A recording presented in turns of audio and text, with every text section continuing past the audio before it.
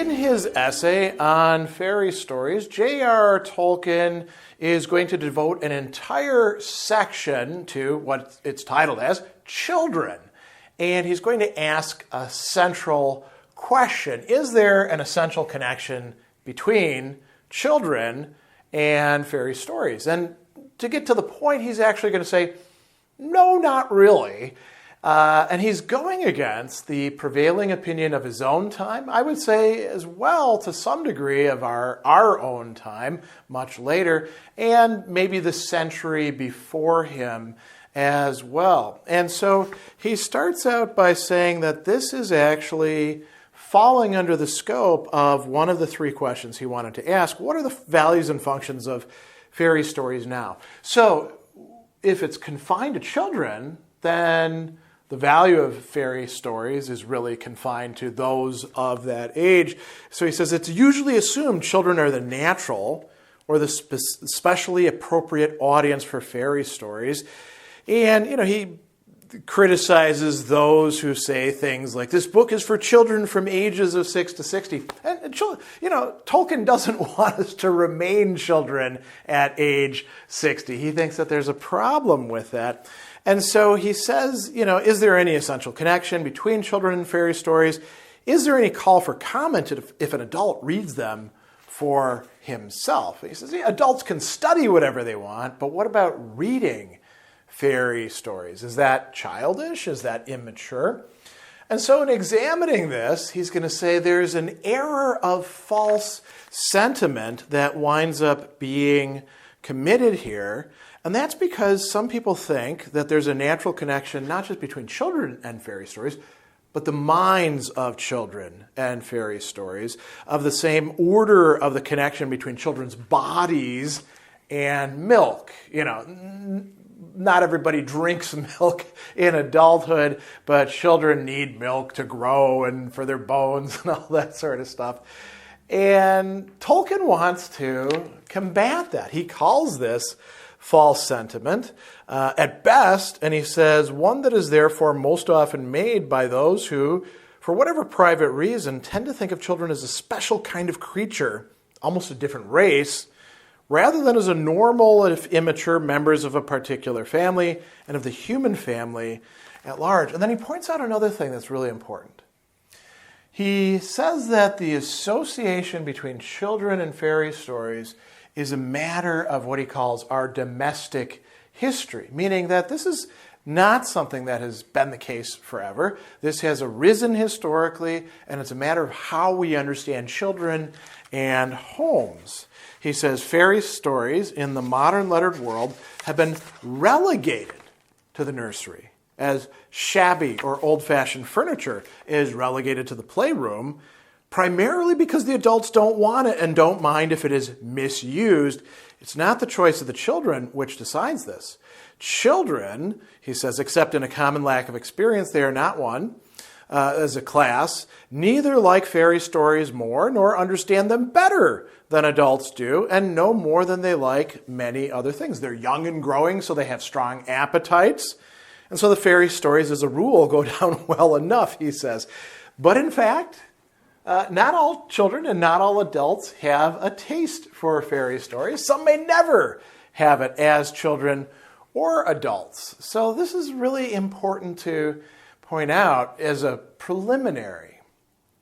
Now he goes on and he tells us that it is true that in recent times, fairy stories have usually been written, or, and he puts this in quotes, adapted for children, but so may music be, or verse, or novels, or history, or scientific manuals. And then he tells us that this is a dangerous process, even when it is necessary.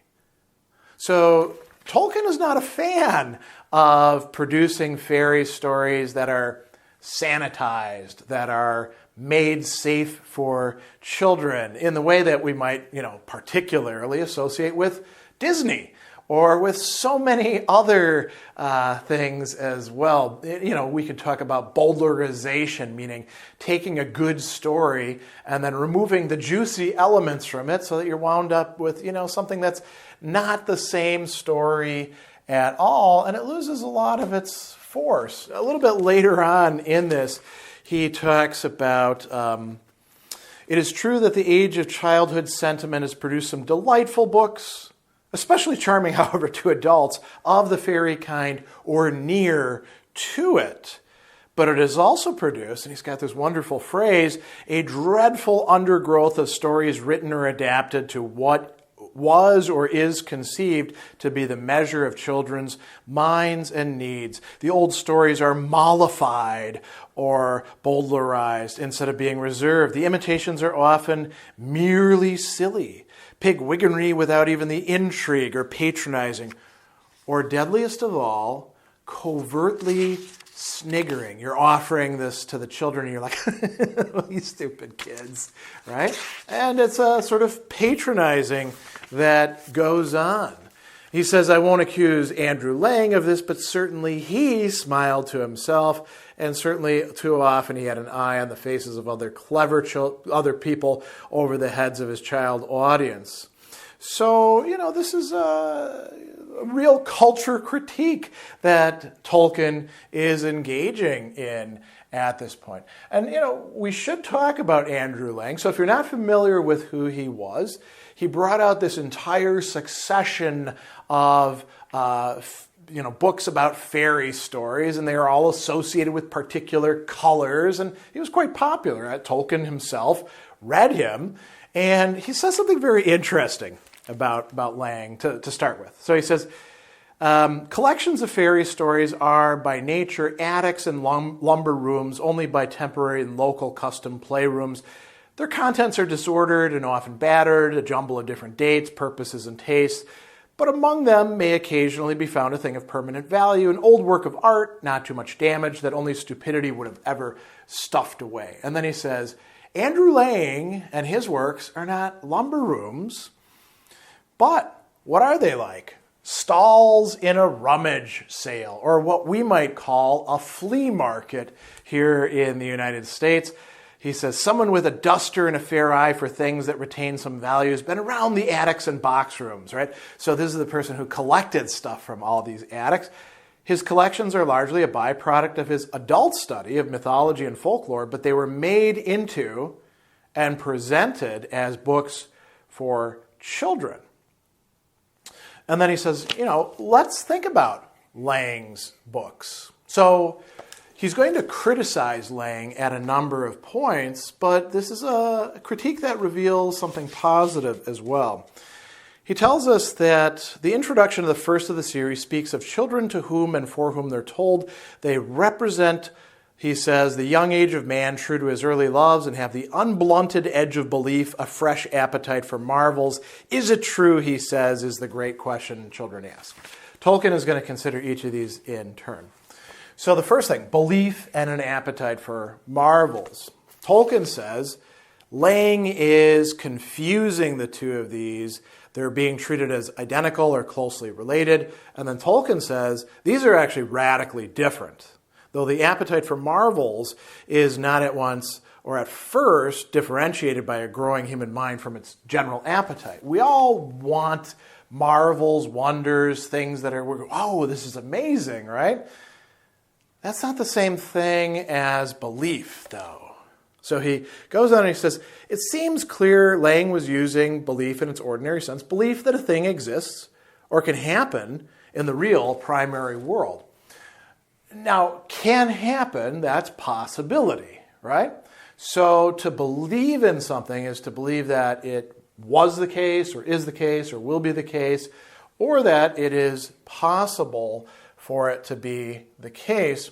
And Tolkien goes on and he says that if this is true, then I fear that Lang's words, stripped of sentiment, can only imply the teller of marvelous tales to children must or may or at any rate does trade on their credulity. The lack of experience which makes it less easy for children to distinguish fact from fiction. And Tolkien is treating this as if it's like, you're basically tricking children with these fairy stories. He goes on and he says that children are capable of literary belief. When the story maker's art is good enough to produce it, this state of mind has been called willing suspension of disbelief. We've all heard that phrase, have we not, to talk about what happens with fiction? Tolkien says that's actually not a good descriptor for what goes on. What really happens, this is what Tolkien says, is that the story maker proves a successful sub-creator. He makes a secondary world which your mind can enter. This is really important for fairy stories and for fantasy for Tolkien. Inside what he relates is true. It accords with the laws of that world. You therefore believe it while you are, as it were, inside. The moment disbelief arises, the spell is broken. The magic, or rather art, has failed. You're back out in the primary world again, looking at the little abortive secondary world from outside. So it's not a willing suspension of disbelief so that we enter into the story. Rather, the craft of the storyteller creates a world that we do enter into, and for a while we're in that world, while the enchantment holds, we believe it, and we see it as true. And then if it's not done well, maybe we never have that effect in the first place. Now, he's going to go on, and he says that, is it true, is the great question children ask. They do ask that question, I know, and it is not one to be rashly or idly answered. Tolkien himself had children, right?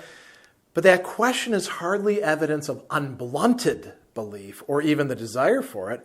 More often it proceeds from the child's desire to know what kind of literature they are faced with. They want to know, what kind of story are we actually telling here? What does truth actually mean? And Tolkien thinks that children don't have all of the concepts and words to articulate this, but that's what's going on in there. He also criticizes laying for, well, let's call it a certain romanticism of the times before.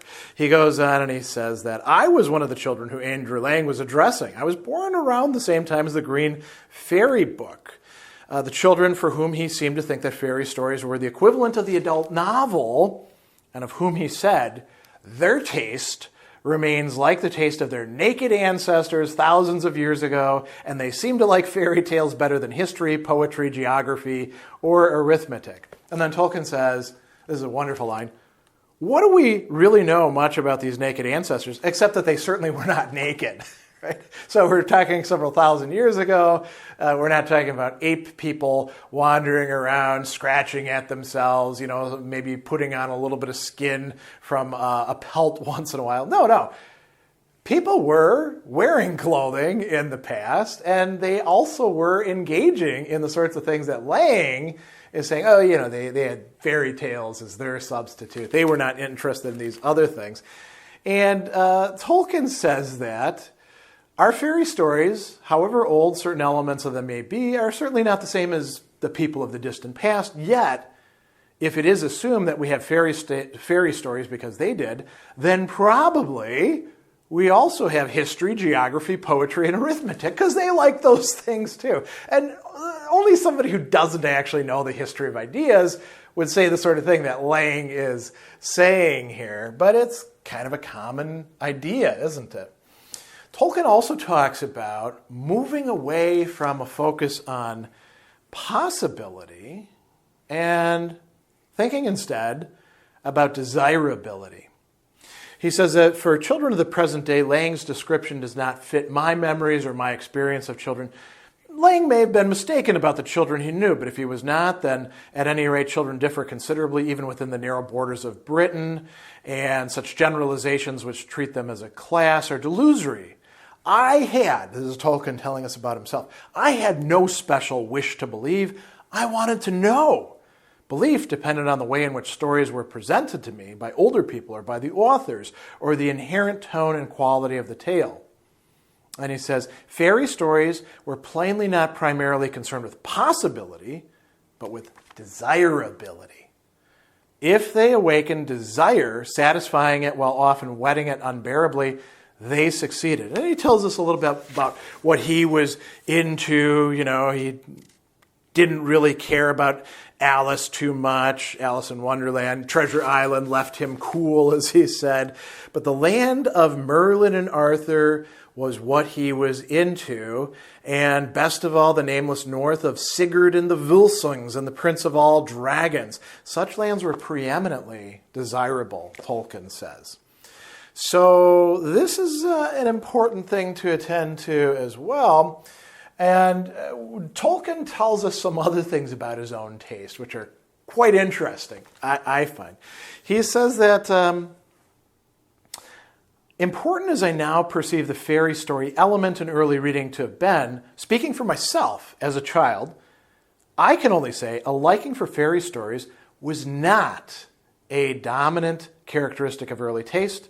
A real taste for them awoke after nursery days and after the years, few but long, seeming between learning to read and going to school. He goes on and he says that I also liked a whole bunch of other things: history, astronomy, botany, grammar, and etymology, right? Poetry, he said, he was insensitive to and skipped it if it came in tales. He only came to appreciate poetry, and Tolkien is somebody who writes poetry, when reading Greek and Latin later on. And he says that a real taste for fairy stories was wakened by philology on the threshold of manhood and quickened to full life by war. Tolkien fought in the First World War, and somehow that experience, that brutal experience, that mature experience, that horrific experience, made him appreciate fairy stories much more. There's another point that he makes that I think is very, very interesting, which has to do with goodness and badness and justice. So skipping ahead a little bit, he says that, I don't deny that there's a truth in Andrew Lang's words, even though they're rather sentimental. He who would enter into the kingdom of Faerie should have the heart of a little child. He says, well, that possession is necessary to all high adventure, into kingdoms both less and greater than Faerie, but humility and innocence, this is what the heart of a child must mean in such a context, do not necessarily imply an uncritical wonder. Right? Children can be very realistic about this sort of stuff, and even more important, nor indeed an uncritical tenderness. Chesterton once remarked children in whose company he saw Maeterlinck's blue bird were dissatisfied because it did not end with a day of judgment, and it was not revealed to the hero and the heroine that the dog had been faithful and the cat faithless. And then Chesterton says, for children are innocent and love justice, while most of us are wicked and naturally prefer mercy. And then Tolkien goes on and says, Andrew Lang was really confused about this, and he tries to, defend the slaying of the yellow dwarf in one of his stories. And then he goes on and he says that, here we go, Lang sends the criminals as he boasts to retirement on ample pensions. That is mercy untempered by justice. And what does Tolkien think that children want? They want justice. They want to know who's the good one, who's the bad one. And they want to know that, not just because they need the world divided up into black and white or something like that. Children can actually have quite sophisticated moral judgments, but they want there to be some sort of reckoning within the stories. So that's kind of an interesting point as well. It connects them with adulthood, perhaps. And then finally, Tolkien himself is going to say that, to answer this question, is there an essential connection between children and fairy stories? No, there is not, because they are not just for children. He says that if we use child in the good sense, it also has legitimately a bad one, we must not allow that to push us into the sentimentality of only using adult or grown up in a bad sense. It also has legitimately a good one. The process of growing older is not necessarily allied to growing wickeder, though they often do happen together. Children are meant to grow up, not to become Peter Pans. If you don't know who Peter Pan is an eternal boy who, takes some children out of our primary world into Never Never Land and has all sorts of cool adventures. But sooner or later, we all have to grow up. We can't be Peter Pans. That's actually bad for us. He says, we don't have to lose innocence and wonder, but we have to proceed upon the appointed journey, the journey into adulthood, into maturity, right? He says, it is one of the lessons of fairy stories that on callow, lumpish, and selfish youth, peril, sorrow, and the shadow of death can bestow dignity and sometimes even wisdom. And so he says, we need to think of fairy tales as something that should be read by adults. So he says, if adults are to read fairy stories as a natural branch of literature, neither playing at being children, nor pretending to be choosing for children, nor being boys who would not grow up, what are the values and functions of this? And this is where we move into the other topics. So it's pretty clear that Tolkien thinks fairy stories are not primarily for children, they are primarily for human beings. And those human beings can be children, they can be adults, and children should eventually grow into adults. The question is what kind of adults they will grow into.